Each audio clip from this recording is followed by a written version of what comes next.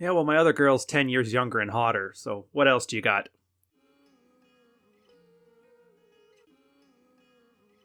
What is it we do in the red pill? We swap notes.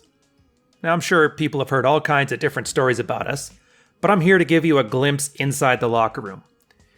Here, we're going to discuss the field reports that happened a few years back. Brand new guys who are trying to learn the strategies that we talk about. Who am I? I used to be one of these brand new guys. I, like you, was pretty good at women and relationships, but I wasn't great at it. Hard times hit, things got tough, and it turns out there's nowhere for a man to go nowadays that actually wants him to succeed, to thrive, to get better at what he does and improve his lot in life. So, like most guys, I took it upon myself, found a bunch of guys in the same boat as me, and together we built a set of working strategies based on the experience of hundreds of thousands of men, just like us. Men swapping notes, iron sharpening iron. Welcome to the locker room. I've been on here a few times about my situation, but my marriage is pretty much done. My wife hated me, she resented me, she was actively looking for a divorce, openly attending open houses, etc., etc. I hired a lawyer to drop the papers, had my house appraised, started an application to refinance so I could buy her out. Now that being said, I was loving life. Great hobbies, lifts are all going up at the gym, I'm killing it at work, cleaned up my diet, I'm finally below 10% body fat. I got veins popping out of my arms, a solid six-pack. The kids are telling me that I'm the best dad in the world. So I got challenged by another guy here to find me another girl. So I was gaming women hard. I was prepared to be single. I finally closed the deal on a plate, and in no less than 24 hours, my wife, who had been sleeping on the couch for the last 2 months, was in my bed saying she just needed a good night rest. Sure, whatever. I wasn't going to miss the opportunity to have some fun, so I started escalating. What was she going to do? Divorce me? So she fitness tested me for a good 20 minutes, including tons of LMR. I got the, I don't even know who you are. I don't know what you want in life. You go out with all these people I don't know. You don't care what I think. You're a big... Well, you get the idea. So for the first time, Agree and Amplify and Amuse Mastery, they just came naturally to me. At one point, she was complaining about something, and I responded to it, and she burst out laughing. I don't even know what I said. The entire time, I was thinking, she's still staying in bed. So if she was pissed, she'd get up. So I'm going to watch her actions instead of listening to her words.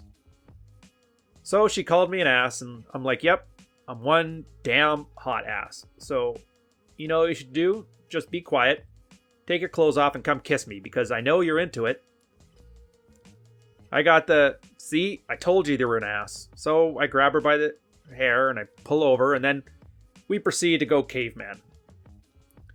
I assumed she wasn't coming along with me, and maybe she still isn't.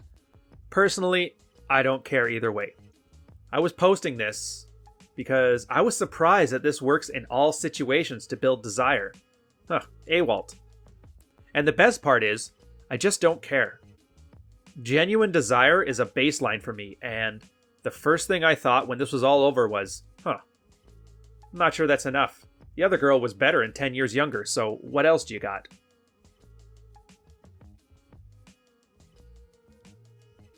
A couple terms before we get started. Plates. Plates is an old pickup term used to describe the process of a guy dating multiple girls without the expectation of commitment or monogamy. I mean, a lot of people just call this dating, but, typical guys, we have to make this into a very fancy term. The idea was, as a mental model, it shows guys the approach you should have dating, building abundance. It's the same as like those circus guys, spinning plates on sticks.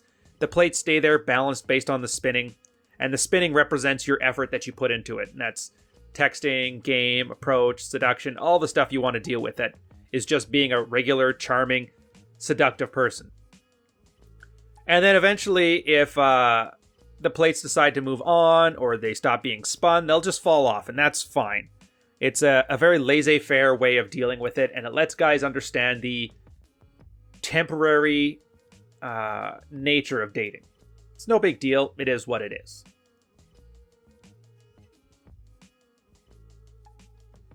Agree and amplify, amuse mastery. I've talked about these before. These are concepts of dealing with fitness tests and comfort tests. Those are another definition, but in this case, agree and amplify. If somebody is saying something that's objectively unrealistic, kind of insane, you know what I mean, that, what are you thinking? This makes no sense. To establish that the other person is being overly emotional without accusations, which just escalate the situation. You just agree with whatever they're saying and then amplify it. This uses subtext to express that somebody's being completely unreasonable without putting them on the defensive. Agree and amplify is a way... Actually, the best way I love describing this is picture a 4-year-old calling you a poopy face. You just kind of laugh, rub her on the head, and say, all right, go back to your day. It doesn't bother you because you have a certain mastery over the situation and a cool confidence that doesn't let you get razzed every time somebody wants to come at you.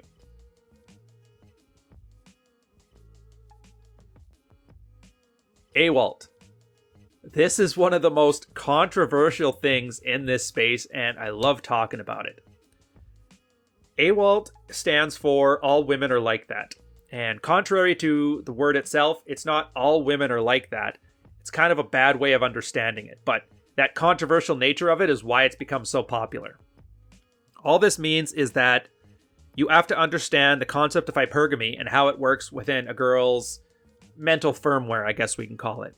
She will act to find the best man she can. When it comes to intersexual relations, she's generally led by feelings first, and then the frontal lobe will do post hoc justification. All the behaviors that come through because of this will end up meeting a certain boundary of behaviors. Now, some women may react very slowly, some people may act very quickly, some girls will not react at all for a distinct length of time. But within reason, it's a concept to understand that female behavior is generally defined within a certain boundary of behaviors. And then once you understand that, anything that fits in with those behaviors are AWOLT.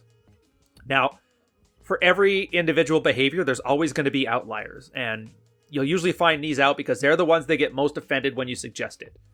Well, if women do this, I don't do that. Therefore, it's not all women are like that, which is fine.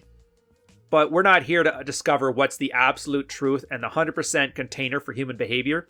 We're just looking for good enough metrics. And in this case, if it's a good enough metric, it fits within AWOLT.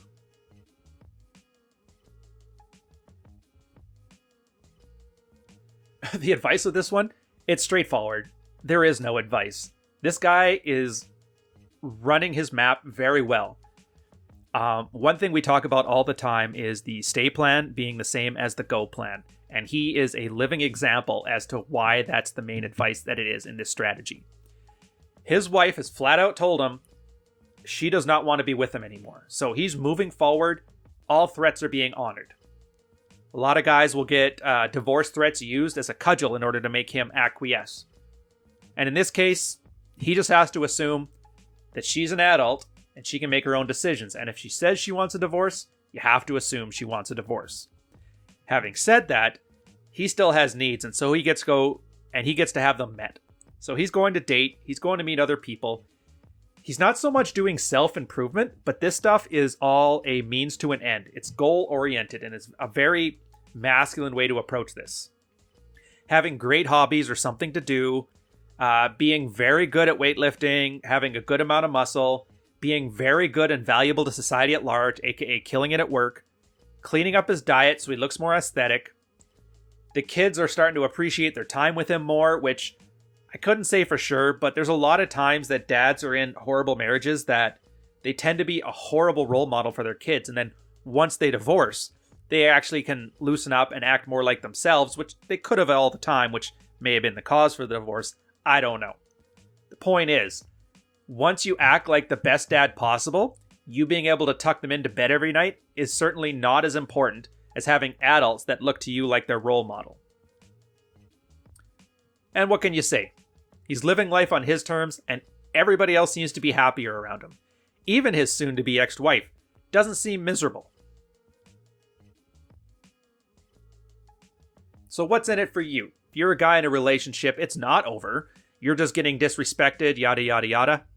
I had a video called Operation Scorched Earth, and it really would behoove you to go watch that.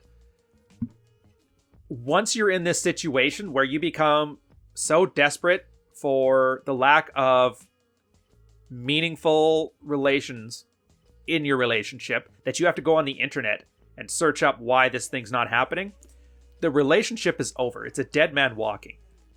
If everybody started acting like this guy and looking out for their own best interests, making the wife essentially start from zero, she's starting to date him again, same as that other girl. And right now he's finding that she really isn't his best option right now. She instinctively just starts acting better. Now, whether they're together or not, everybody here is a consenting adult. They get what they get. Everybody wants what they want. And it's just a nice example about a high-value man will just bring out the best in people, even if they can't stand him.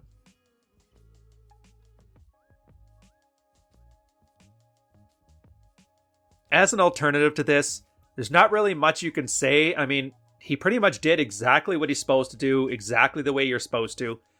I would give this one top marks and a gold star, but if he's doing this right, I don't think he gives a damn what I think. So, at this point, it's more about you. Take a look at this. See a guy who puts his own self-interest first. See a guy who's not fazed about a girl. See a guy who's generally killing it in life, and realize this whole time you can't blame the whammon for your problems, because while it may be their fault, it's your responsibility, and you have all the tools you need to make it a lot better. And the better it is for you, the better it's going to be for people around you. So even if you want to be this altruistic, selfless guy, yeah, your own selfish self-interest is probably the best way to get other people. But on that note, I'll leave you with that, and I'll catch you guys on the next one. Cheers.